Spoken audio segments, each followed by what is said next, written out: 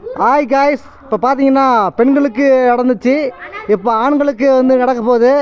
இப்போது ஆண்களுக்கான போட்டி, பலூன் அடிக்கிற போட்டி. Ready start.